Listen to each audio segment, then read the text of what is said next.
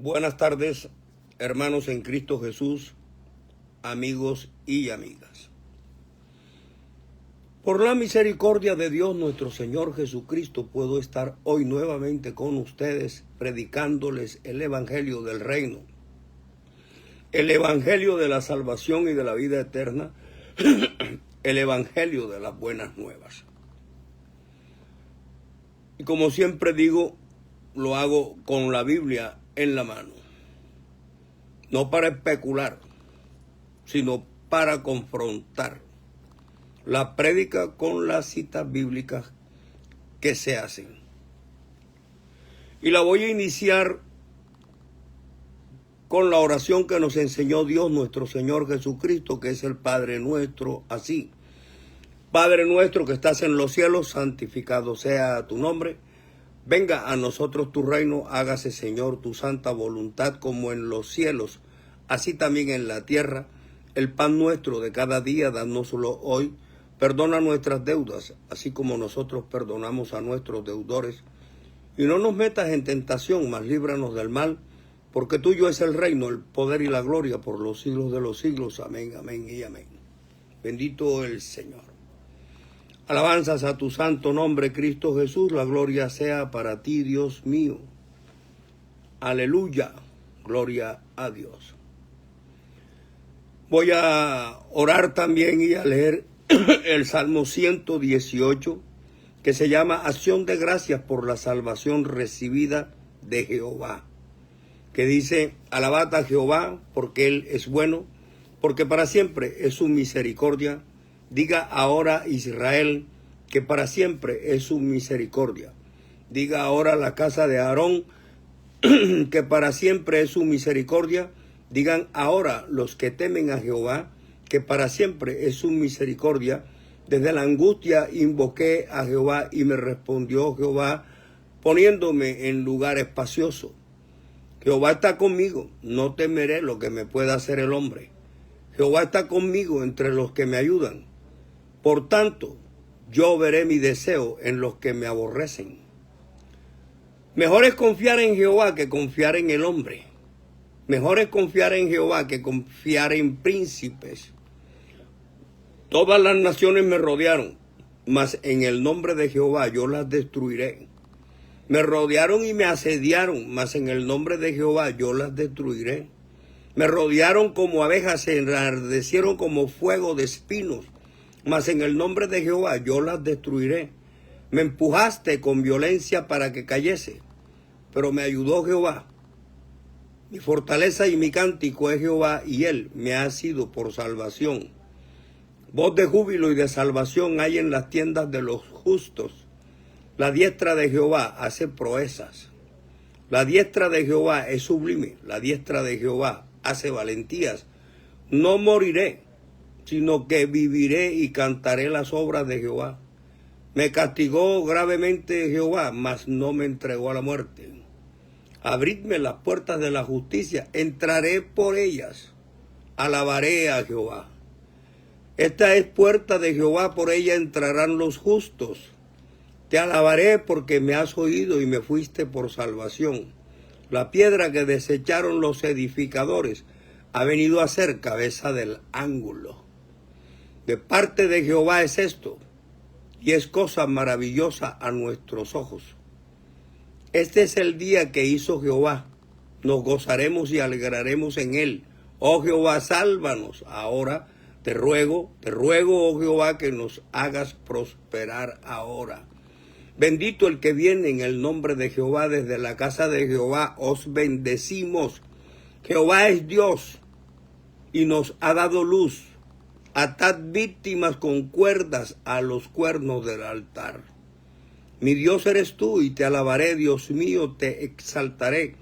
Alabad a Jehová porque Él es bueno, porque para siempre es su misericordia. Amén. Bendito el Señor. Voy a entonar la alabanza que se llama Te necesito. Porque es que nosotros no podemos vivir sin Dios, los que creemos, los que sabemos que hay un Dios en los cielos. No podemos vivir sin Dios. y efectivamente lo necesitamos a cada instante de nuestras vidas. La alabanza se llama Te Necesito, que dice: haciendo un recuento de mi vida, he pensado, Señor, que vivir en el mundo sin ti no tiene valor. Me siento muy preocupado cuando no te siento. Es como no tener agua en un vasto desierto.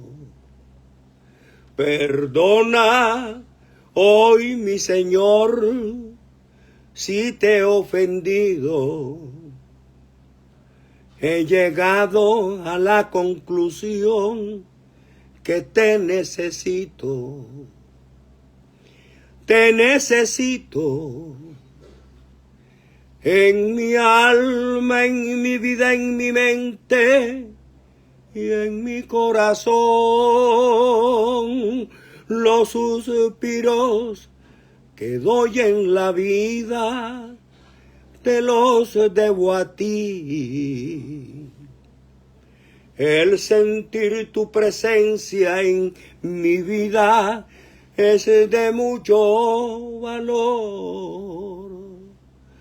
Te necesito para así seguir caminando contigo, Señor. Apartado de tu presencia no quiero seguir. Es por eso que te necesito en mi vida, Señor. No quiero ser como las hojas que lleva el viento. Son llevadas de un lado a otro y su fin es el fuego. El vivir en el mundo sin ti no tiene sentido. No sentirte en mi alma es mejor no haber nacido. Perdona hoy, mi Señor, si te he ofendido. He llegado a la conclusión que te necesito. Te necesito en mi vida, en mi alma, en mi mente y en mi corazón. Los suspiros que doy en la vida te los debo a ti. El sentir tu presencia en mi vida es de mucho valor. Te necesito para así seguir caminando contigo, Señor. Apartado de tu presencia no quiero vivir. Es por eso que te necesito en mi vida, Señor. Amén. Claro que lo necesito, claro que lo necesitamos. Todos necesitamos en nuestra vida a Dios. Aún los que se pregonan ateos, llega un momento en que lo invocan. Alábalo, que Dios vive. Dios no es un Dios muerto. Dios no es un Dios de yeso, de palo, de cristal. Dios es un ser viviente y vive y reina por los siglos de los siglos. Amén, amén y amén. Bendito el Señor. Dice el Salmo que acabamos de leer en una parte que es como el anuncio de lo porvenir. Porque este Salmo 118, en el versículo 22 dice: la piedra que desecharon los edificadores ha venido a ser cabeza del ángulo. Y esta es de la época de allá de Salomón, del Antiguo Testamento. Pero ha de creer usted, hermano, que es la misma palabra que se encuentra en Hechos de los Apóstoles 4:11. Cuando dice, este Jesús es la piedra desechada por vosotros los edificadores, la cual ha venido a ser cabeza del ángulo. Es decir, la piedra principal de cualquier edificación en el sentido espiritual es Jesucristo, el nombre de Jesús. Está en Hechos 4:11 y en el versículo 12 dice, después dice, la piedra que desecharon los edificadores ha venido a ser cabeza del ángulo. Y ahí mismo te dice, y en ningún otro hay salvación, porque no hay otro nombre bajo el cielo dado a los hombres en el cual podamos ser salvos. Entonces, cuando el predicador llama la atención, no es porque se crea con derecho a ofender a nadie, no, ni lo hace con la intención de lastimar a nadie. Pero hay algunos que sí lo toman a lo personal y claro, como están creyendo en el nombre de Paula, de Julia, de Berta, de Carmen, y están creyendo en el nombre de Rafael, de Nepomuceno, de Agustín y de Leonardo, pues eso les pega duro, porque uno les está diciendo que en el único nombre que hay salvación es en el nombre de Jesucristo. Entonces ellos se sienten excluidos. No, ellos mismos se excluyen, porque no buscan para creer y adorar al verdadero Dios y la vida eterna, como está en la primera de Juan 5, 18 al 21. Entonces, ahí es donde está el tema. Entonces, cuando los cristianos hablamos y predicamos y exponemos la palabra de Dios, muchos se sienten tocados y muchos son los que salen a protestar y a vociferar y a lanzar improperios, ofensas, calumnias e injurias en contra nuestra. Pero dice en una parte en la Biblia, si mal no me equivoco, que muchos de ellos pueden ser hallados luchando contra Dios, porque ¿qué? No luchan contra mí, ni luchan contra el otro predicador. Están luchando con la palabra de Dios. A esa palabra es la que no obedecen. Esa es la palabra que contradicen. Porque vamos a poner un ejemplo. Todas las cosas son sencillas. Así se disgusten, porque es que nosotros no estamos aquí para agradar a hombres. Porque como dice Pablo en Gálatas, sí, tratáramos de agradar a hombres, entonces no fuéramos siervos de Cristo. Entonces,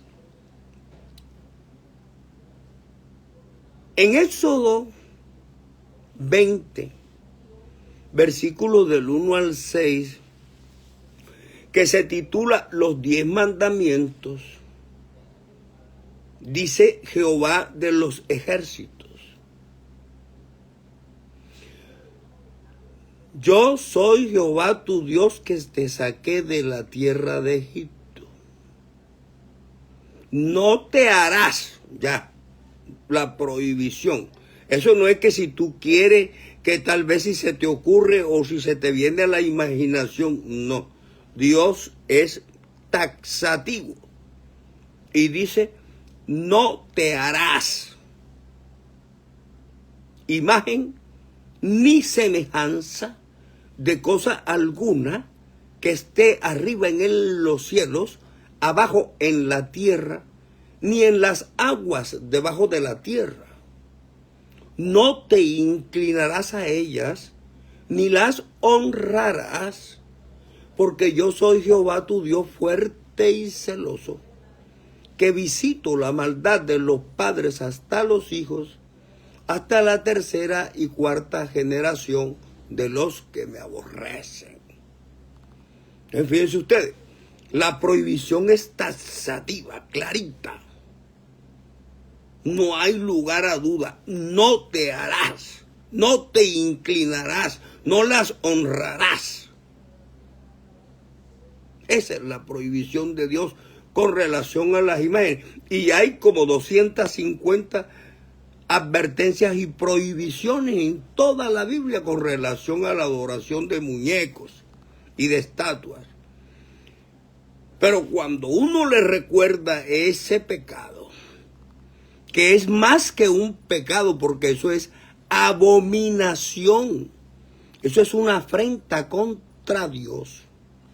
Claro, los que están poseídos de esos espíritus de idolatría se levantan contra ti, pero no es contra mí que se levantan, es contra la palabra de Dios. Porque es Dios quien lo prohíbe, no es el predicador.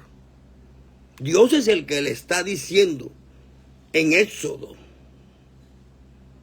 20, del 1 al 6, que eso no debe hacerlo.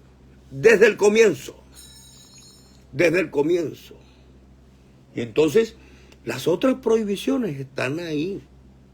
En Isaías, por ejemplo, 30:22 dice que algún día el hombre cogerá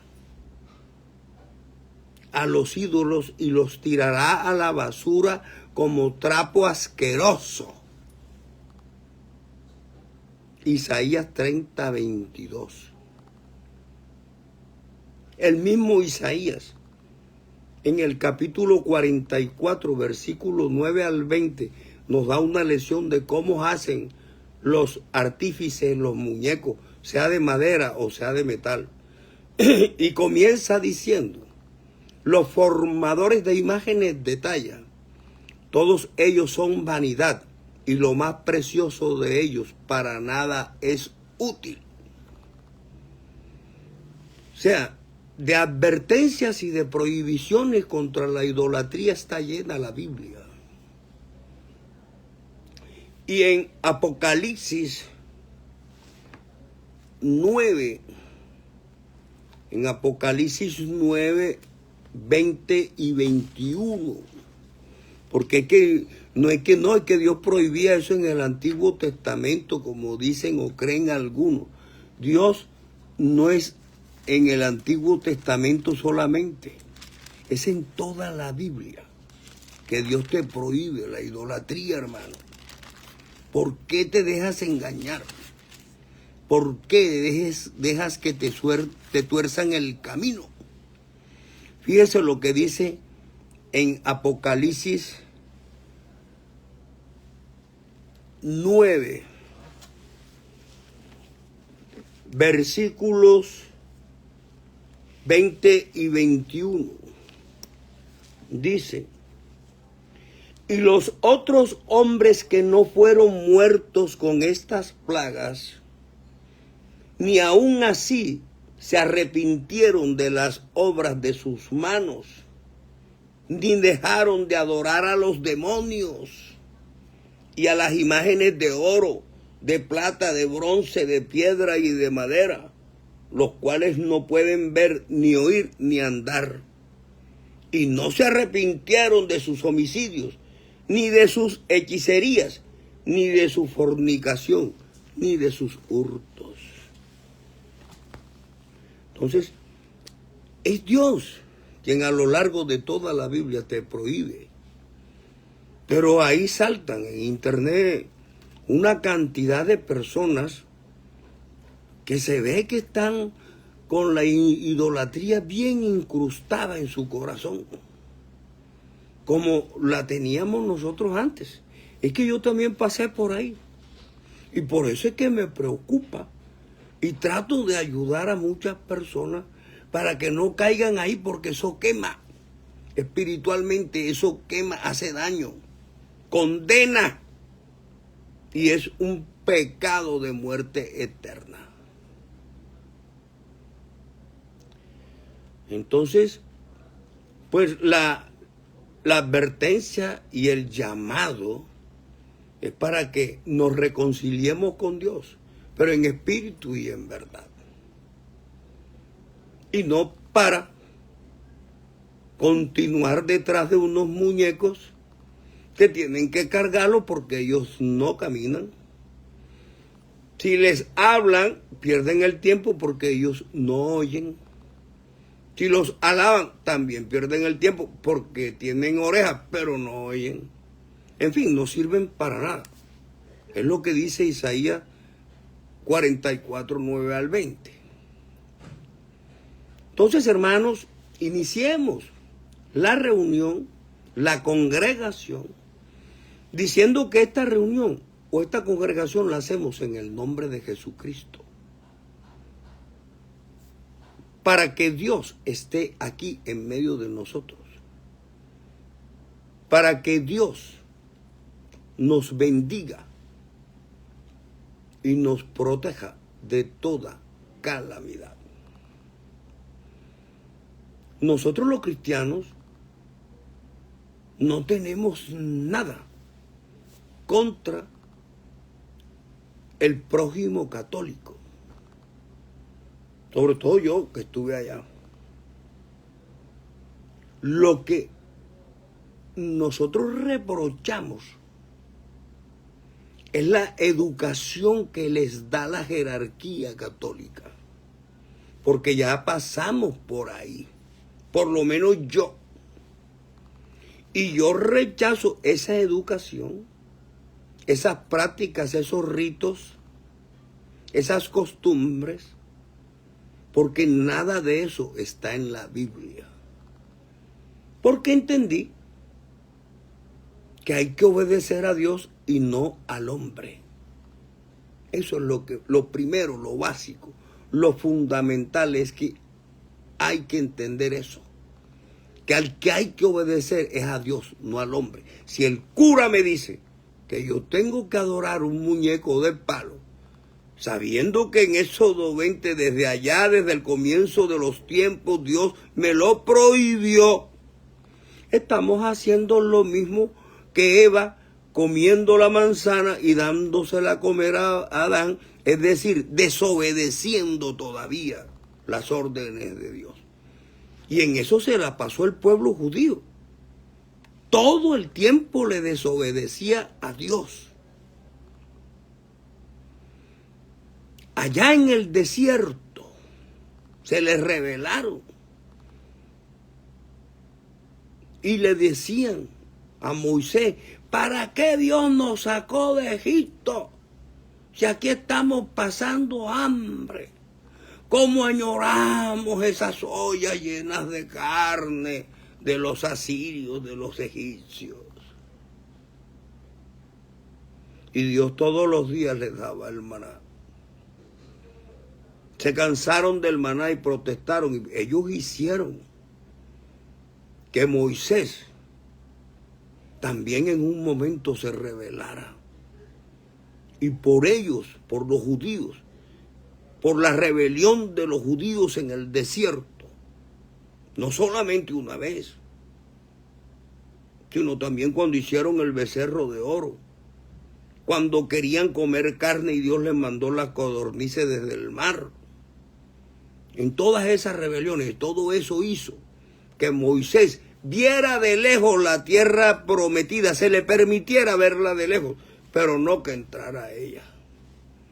Sí, ¿por qué? Porque siempre fue un pueblo rebelde. duro de cerviz que no agacha la cabeza. Entonces, todo eso, hermanos, todo eso hace que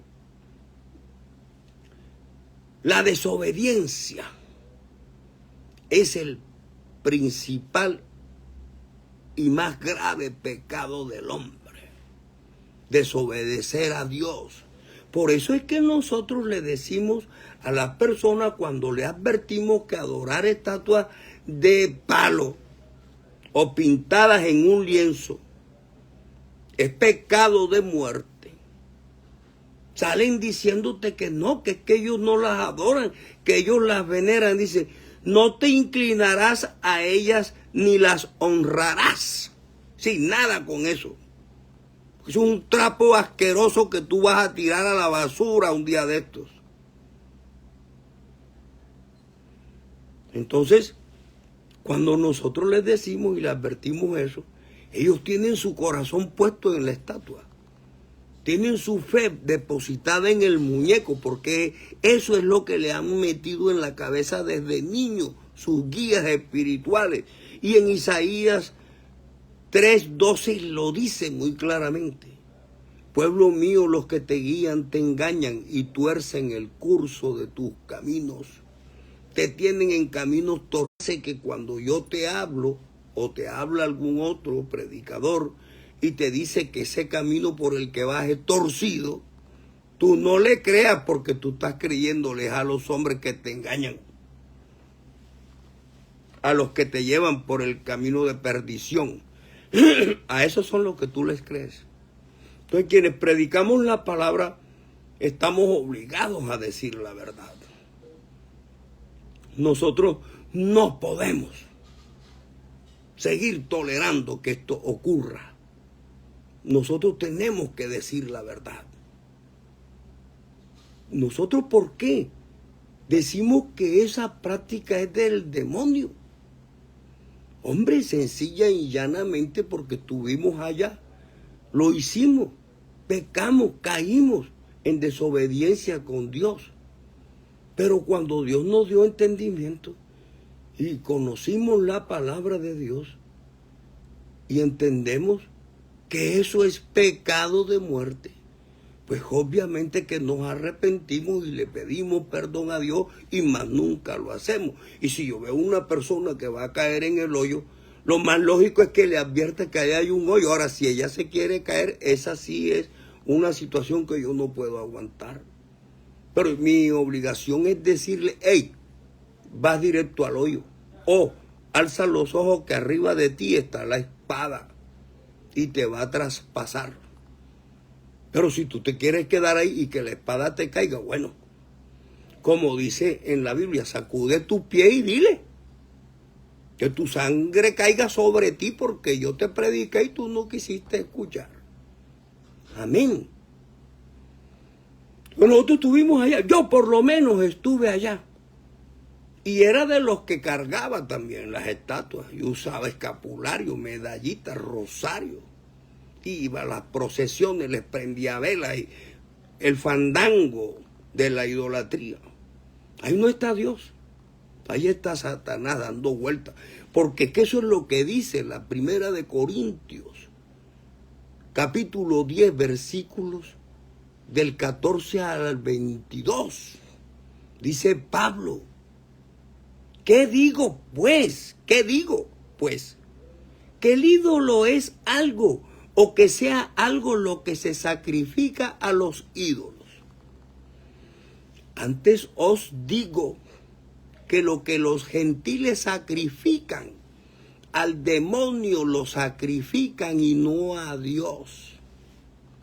Y no quiero que os hagáis partícipes con los demonios. No podemos beber en la copa del Señor y en la copa de los demonios. No podemos sentarnos a la mesa del Señor y a la mesa de los demonios. O provocaremos a celos a Dios. Somos más fuertes que Él. Ahí está. O sea, queremos hablar de Dios, pero le estamos haciendo culto al muñeco, a Satanás. Y por una misma pluma nos sale agua dulce y agua salada a la vez.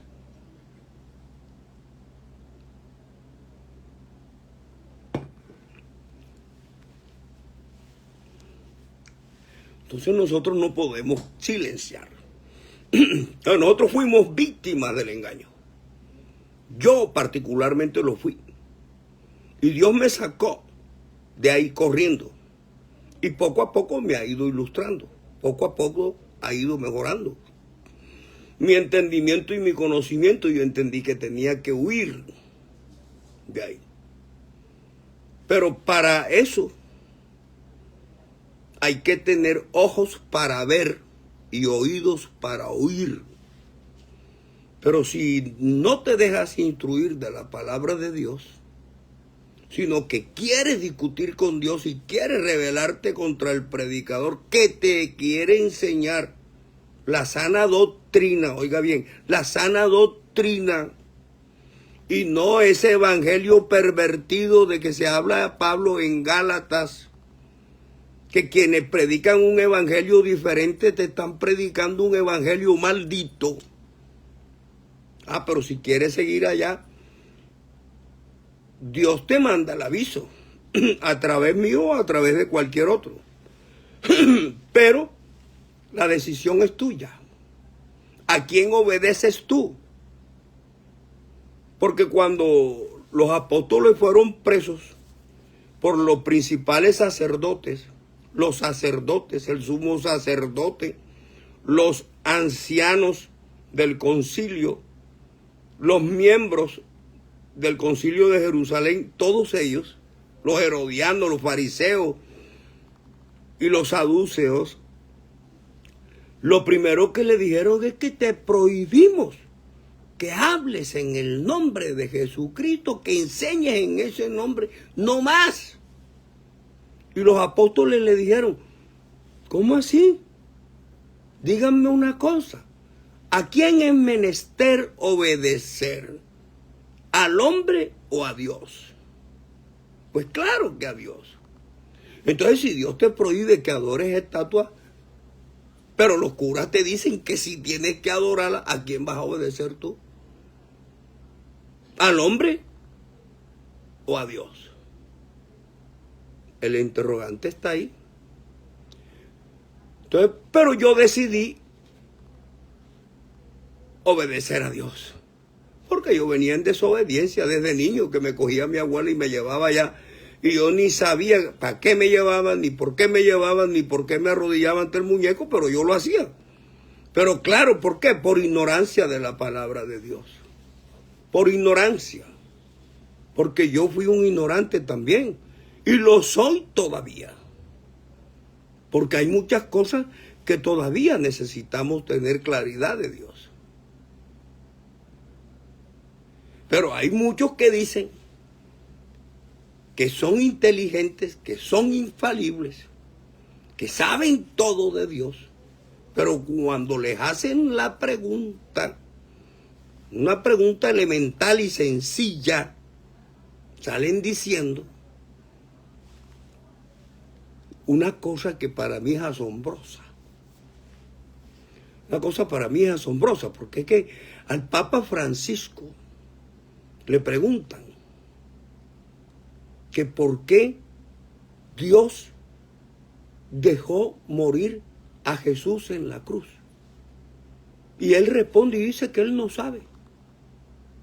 Que él se queda mirando el crucifijo y también le pregunta, ¿por qué te dejó morir Dios? Yo no sé. Y lo peor es que dice que para eso no hay respuesta. Porque si en algo hay respuesta es en la Biblia. En la Biblia hay respuesta a todo. Pero tal vez de pronto una persona con ganas de orientar a la humanidad le explica. Mira, hay un pasaje bíblico en Juan 3:16 al 21 que dice, de tal manera amó Dios al mundo. Así se titula, dice, porque de tal manera amó Dios al mundo que ha dado a su Hijo unigénito, para que todo aquel que en Él cree no se pierda, mas tenga vida eterna. Porque no envió Dios a su Hijo al mundo para condenar al mundo, sino para que el mundo sea salvo por Él. El que cree en Él no es condenado, pero el que no cree ya ha sido condenado, porque no ha creído en el nombre del unigénito Hijo de Dios. En el nombre, oiga bien. Y esta es la condenación, así como está en Juan 1 al 14. Y esta es la condenación, que la luz vino al mundo, y los hombres amaron más las tinieblas que la luz, porque sus obras eran malas. Sí, dice en la primera, en el Evangelio de Juan capítulo 1, dice, en el mundo estaba, y el mundo por él fue hecho. A lo suyo vino y los suyos no le conocieron. Ese es el mismo. Ese es el mismo que están diciendo aquí en Juan 3, 16 al 21.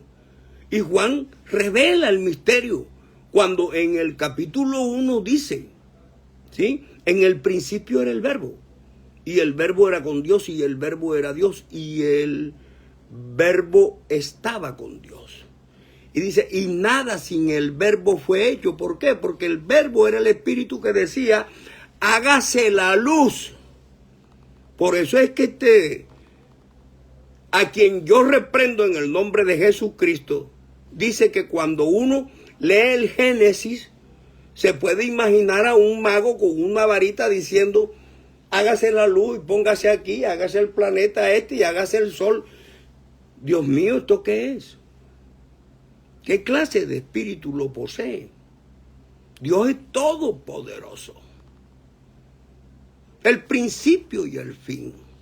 El que es y que era, el que ha de venir. ¿Por qué no le dijo, mira, Dios envió a su Hijo, que espiritualmente tiene una explicación? Dice, para condenar al mundo no lo envió, sino para que el mundo sea salvo por él. El que en él cree no es condenado, pero el que no cree ya ha sido condenado porque no ha creído en el nombre del unigénito Hijo de Dios.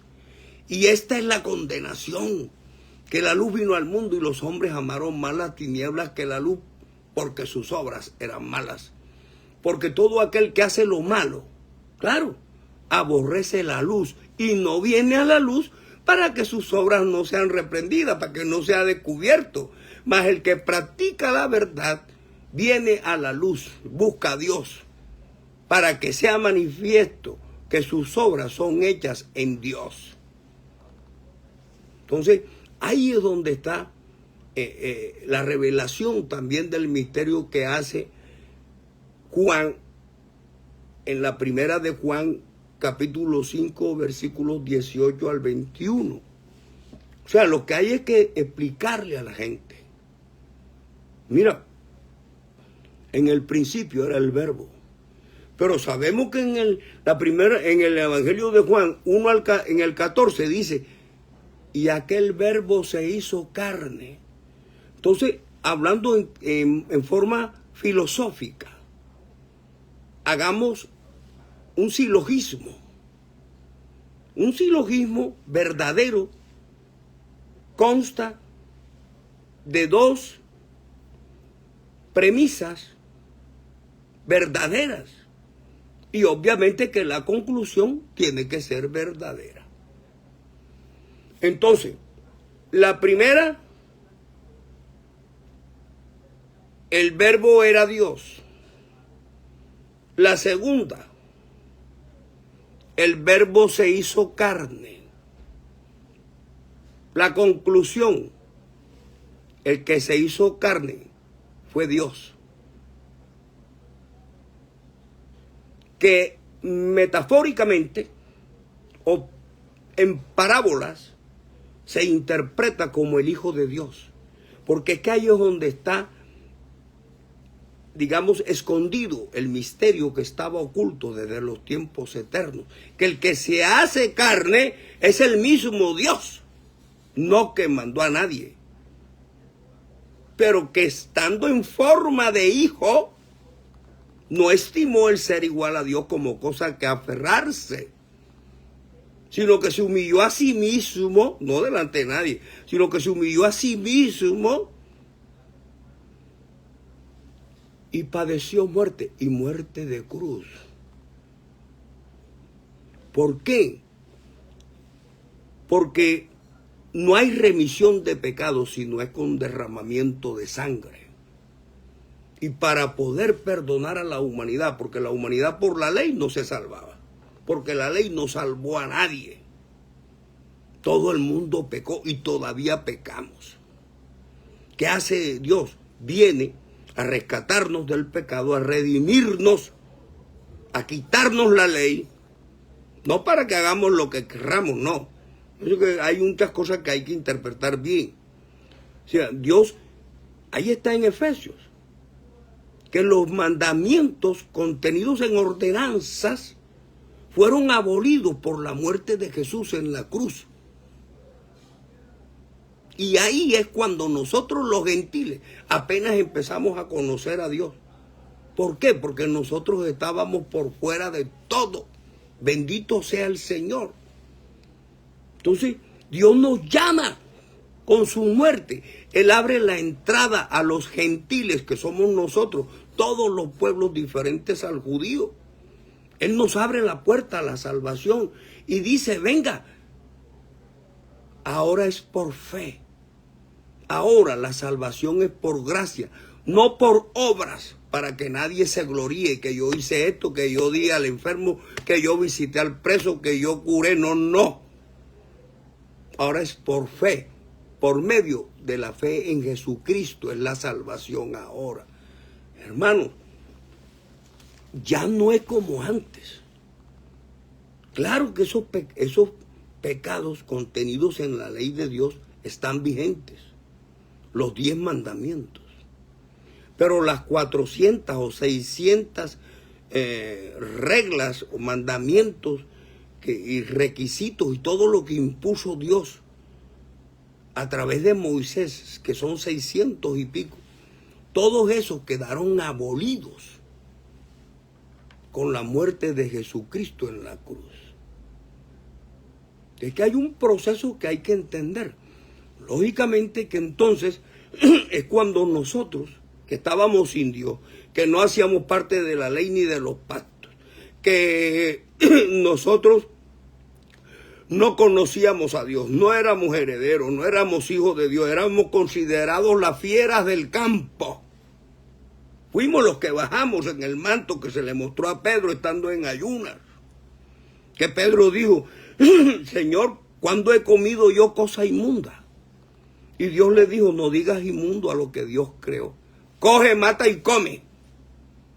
Es decir, ojo, ahí te envío también a los gentiles, porque el escogido para los gentiles fue Pablo y hecho ministro. Pero él le dijo a Dios cuando en la visión le mostró el manto lleno de todos los pueblos diferentes al judío. Y dijo, Señor, ¿cuándo he comido yo cosa inmunda? Porque ellos con nosotros no querían ni vernos. Los judíos nos rechazaban y nos trataban de cerdos y de perros y de todo lo que querían. Pero cuando Cristo muere, gloria al Señor, nosotros los gentiles tenemos acceso a todo lo que tenía el pueblo judío. Y por eso fuimos hechos un solo pueblo, los judíos y los gentiles. Y un solo hombre nuevo. Y fuimos hechos coherederos del reino de Dios. Y la salvación también llegó a nosotros. Pero con la muerte de Cristo en la cruz. Entonces, ¿cómo así que decir? Yo no sé por qué Dios lo dejó morir. ¿Cómo así? Si Dios estaba en Cristo reconciliando al mundo consigo mismo, no con ningún otro. Porque Dios mismo había dicho que Él venía. Él. Él no dijo, yo voy a mandar al hijo mío allá, no. Eso es aquí en la carne que se mira con las albóndigas de los ojos. No, que uno le dice al hijo, ve a Barranquilla, ya me te mandado, y cuando llegues allá haces esto y aquello, y cuando regreses me comentas cómo te fue. Eso no es así. Eso es en la carne. En el espíritu es distinto. Eso no es por ahí. Entonces, ¿cómo le va a decir que en la Biblia no hay respuestas? Que él no sabe por qué Cristo murió en la cruz. ¿Por qué lo dejó morir? Si él vino fue a eso. Por eso en la Biblia dice Jehová de los ejércitos, el verbo, este que habla, que esa es la semejanza que nosotros tenemos con Dios, la palabra.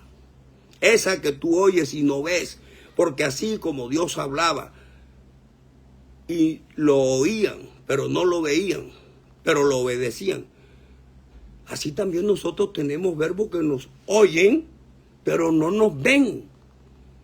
¿Por qué? Porque esa es la imagen y la semejanza que nosotros tenemos con Dios. Que también tenemos verbos, pero no somos dos. Tenemos carne y somos verbo, pero no somos dos, somos uno. Así hay que entender en el espíritu la cuestión de Dios. Él es verbo y se hizo como uno de nosotros. Y dice en la Biblia, y estando en la condición de hombre, no estimó el ser igual a Dios como cosa que aferrarse, sino que se humilló a sí mismo y padeció muerte, y muerte de cruz. Pero Dios lo había anunciado. Él le dijo a los israelitas, se los dijo. Lo que pasa es que sobre los de Israel había una profecía, porque como ellos desobedecieron todo el tiempo a Dios, y aún están en desobediencia. En Isaías 50, ¿cómo es? En Isaías 6, 10, dice, engruesa el corazón de este pueblo, para que no vea con sus ojos, ni oiga con sus oídos. Eso fue lo que le pasó a Israel. Y ellos quedaron detenidos desde el Génesis hasta el Deuteronomio, y de ahí no han pasado, de la Torá, del Pentateuco de Moisés. De ahí no han pasado. Pero entonces en el mismo Isaías, Dios les dice, pero ahí está la prueba de que estaban sordos, estaban ciegos, porque Dios les dice, a través de Isaías también le dice, aquí que la Virgen concebirá un hijo y se llamará su nombre Emmanuel, que declarado es Dios con nosotros. Dios con nosotros, no el Hijo de Dios con nosotros, no, Dios con nosotros. Y en el capítulo 9, versículo 6, si mal no estoy, le dice a los israelitas, ¿sí? Porque un niño nos es nacido, hijo nos es dado, y el principado sobre su hombro, y será llamado su nombre admirable, consejero, Dios fuerte, Padre eterno, príncipe de paz. ¿Quién era? Jesucristo. Ese era el niño que nos iba a ser dado. Pero Padre eterno, príncipe de paz. Ningún otro nació con tantos títulos.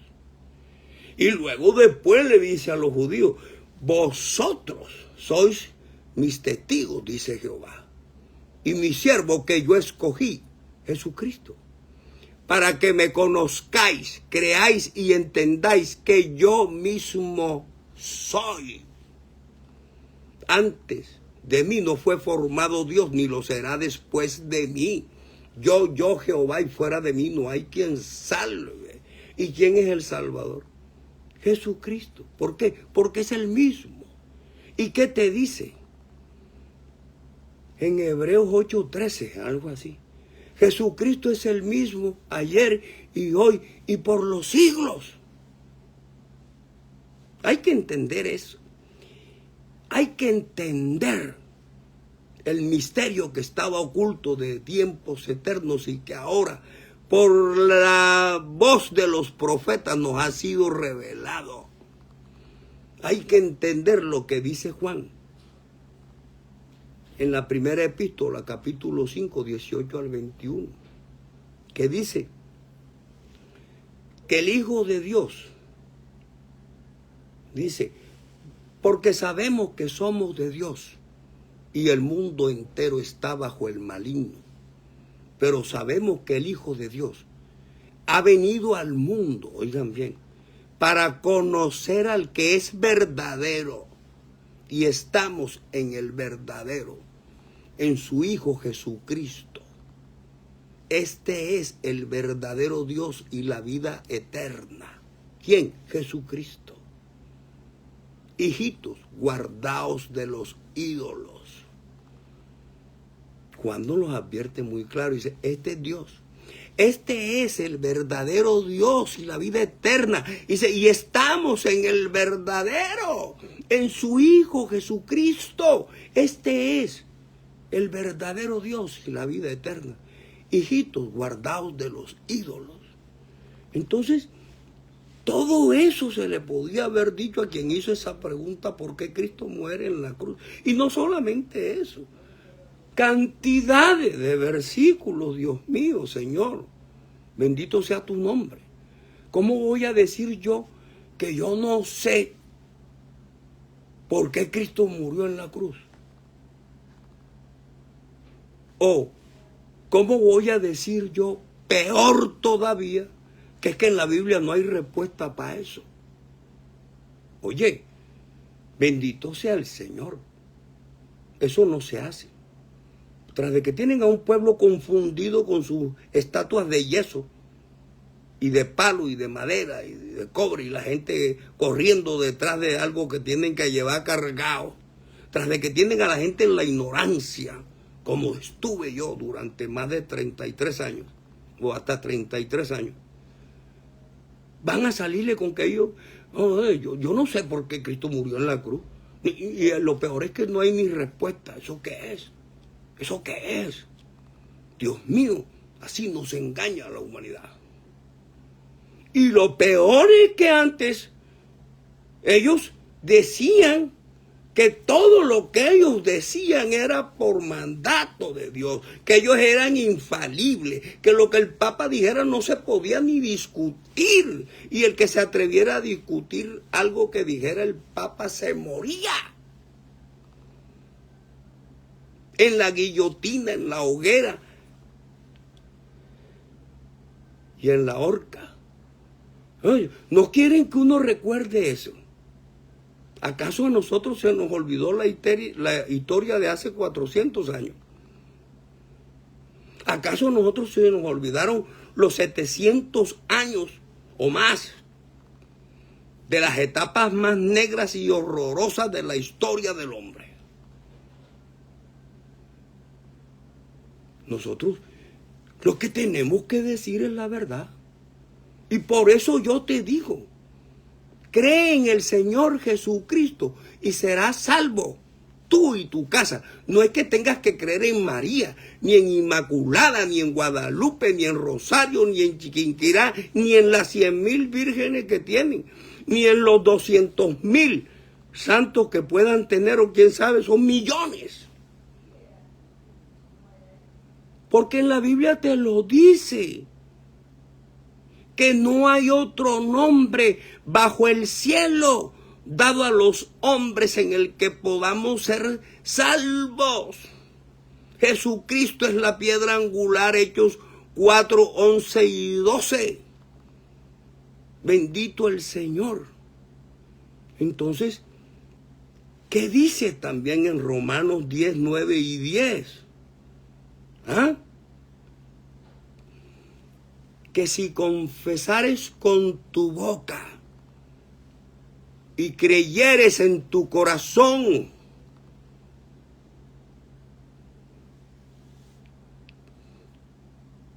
que Dios le resucitó de entre los muertos, serás salvo.